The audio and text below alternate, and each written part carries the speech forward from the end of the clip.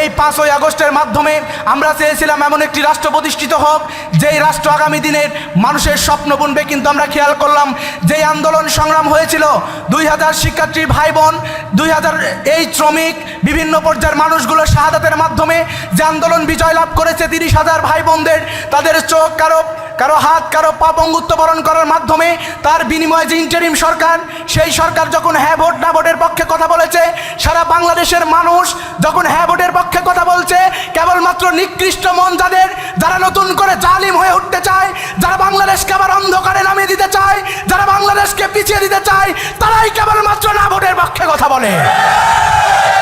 আগামী দিনে এই ছাত্র সমাজ দেখতে চায় একটি ইনসাফের রাষ্ট্র। আপনি যদি মনে করেন যে পার্শ্ববর্তী